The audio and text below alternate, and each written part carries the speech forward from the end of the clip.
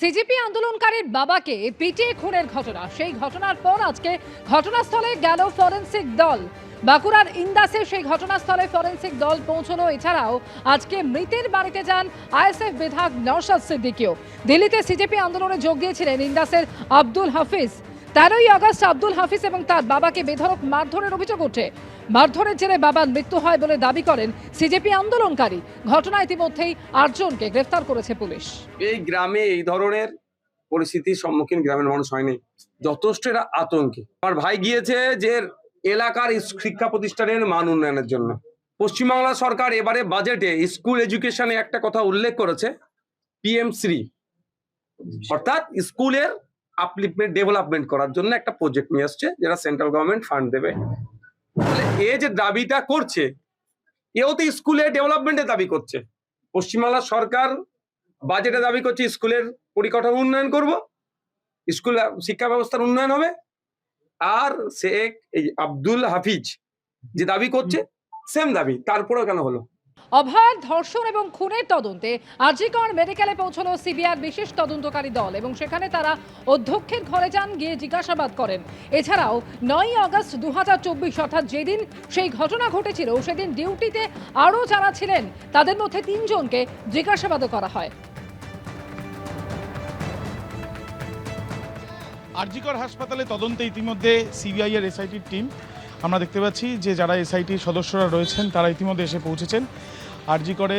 এখানে আমরা জানি যে পুলিশের তরফ থেকে যে তদন্ত করা হয়েছে, পরবর্তীকালে সিবিআই তদন্তভার হাতে নেয় এবং এই ধর্ষণ খুনের ঘটনায় তদন্ত করতে আগেও এসআইটির টিম তারা এসে পৌঁছেছিলেন এবং এখনও দেখা যাচ্ছে এমএসবিপির যে অফিস, সেই অফিসে এসে পৌঁছলেন 3 সদস্যের এসআইটি টিমের সদস্যরা এবং তাদের তরফ থেকে এর আগেও এখানে তারা এসেছিলেন, ঘটনাস্থলও পরিদর্শন করেন এবং তার সাথে সাথে বেশ কয়েকজনকে জিজ্ঞাসাবাদের প্রক্রিয়াও চালানো হয়।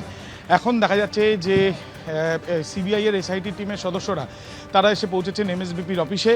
এখন দেখার বিষয়, এই ধর্ষণ খুনের ঘটনায় পরিবারের তরফ থেকে বারবার করে জানানো হচ্ছিল যে যেভাবে তদন্ত চলছে সেইভাবে তারা খুশি নয়, তবুও তারা আস্থা রাখছেন সিবিআইয়ের ওপরে। কিন্তু এই যে নতুন করে এসআইটি গঠন, হাইকোর্টে তারা রিপোর্ট পেশ করেছেন, লোয়ার কোর্ট বিশেষ করে শিয়ালদা কোর্টে তাদের স্টেটাস রিপোর্ট জমা হয়েছে এবং সেই ক্ষেত্রে আগে যিনি তদন্তকারী আধিকারিক ছিলেন তার যে তদন্ত সেটা তারা খতিয়ে দেখার পর ঘটনাস্থল ফের তারা পরিদর্শন করেন। আজকে আবারও আরজিকর হাসপাতালে সিবিআই টিম। এখন দেখার বিষয় আরজিকরের ধর্ষণ খুনের ঘটনায় রহস্য উন্মোচন কি হয় কিনা। ক্যামেরায় সন্দীপ পালের সাথে আবির দত্ত, এবিপি আনন্দ। এসএসসিতে অতিরিক্ত শূন্যপদ প্রত্যাহার করছে রাজ্য। শারীরশিক্ষা, কর্মশিক্ষায় অতিরিক্ত শূন্যপদের বিজ্ঞপ্তি প্রত্যাহার করবে রাজ্য। 2022-এ 19 মের বিজ্ঞপ্তি প্রত্যাহার করবে রাজ্য। কলকাতা হাইকোর্টে জানালো রাজ্য সরকার। বিচারপতি রাজাশেখর মান্থা ডিভিশন বেঞ্চে জানালো রাজ্য। অবসরপ্রাপ্ত বিচারপতি বিশ্বজিৎ বসুর নির্দেশ অনুযায়ী চলবে রাজ্য। আদালতে জানালেন রাজ্য সরকারের আইনজীবী। 1600 পদে নিয়োগের জন্য অতিরিক্ত শূন্যপদ তৈরি করেছিল আগের তৃণমূল সরকার। আগের তৃণমূল সরকারের সিদ্ধান্তকে চ্যালেঞ্জ করে মামলা হয় হাইকোর্টে। এবিপি আনন্দ, এগিয়ে থাকে, এগিয়ে রাখে।